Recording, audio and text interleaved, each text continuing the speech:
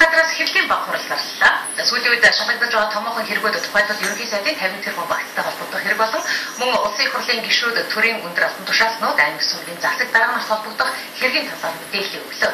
Зөвхөн он гарснаар авилгалын хэрэгээс болоод улсад 24 тэрбум төгрөгийн хохирол учирсан байна. Авилгалтай тэмцэх газрын мэдээлэлээс бэлтгэсэн сурвалжуудыг манай сурвалжлагч Түрүү Эрдэнэт нар бэлтгэлээ.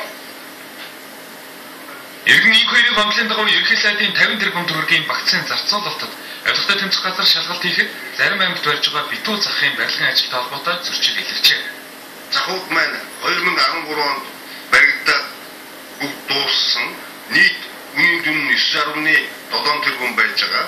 Ерөнхий сайдын эдийн засгийн бодлогын зөвлөх Батмөнхөн энэ ус орчин гэж компани захирал Батбаяртай найз төвтэй холбоотой байсан гэдэг нь тогтоогдсон.